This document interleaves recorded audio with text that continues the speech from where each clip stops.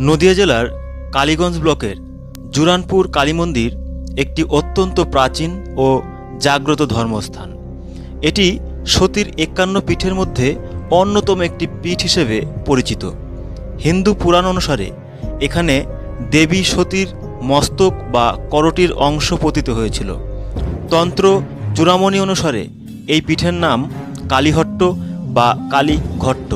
তবে মন্দিরটি স্থানীয়ভাবে জুরানপুর কালী বাড়ি নামেই বেশি পরিচিত। একটি প্রাচীন বিশাল বটবৃক্ষের নিচে একটি স্বয়ম্ভু শিলাখণ্ডকে দেবী রূপে পূজা করা হয়। আগে মন্দিরটি ভাগীরথী নদীর একদম তীরে ছিল, কিন্তু বর্তমানে নদী প্রায় ১ কিমি দূরে সরে গেছে। শ্রী রামকৃষ্ণ পরমহংসদেব এবং সাধক বামাখ্যাপাও এই পীঠ দর্শন করেছিলেন বলে জানা যায়। যারা এখনও এই মন্দির দর্শন করেননি, অবশ্যই একবার দর্শন করুন। ভিডিওটি ভালো লাগলে লাইক ও শেয়ার করে দেবেন। ধন্যবাদ সবাইকে।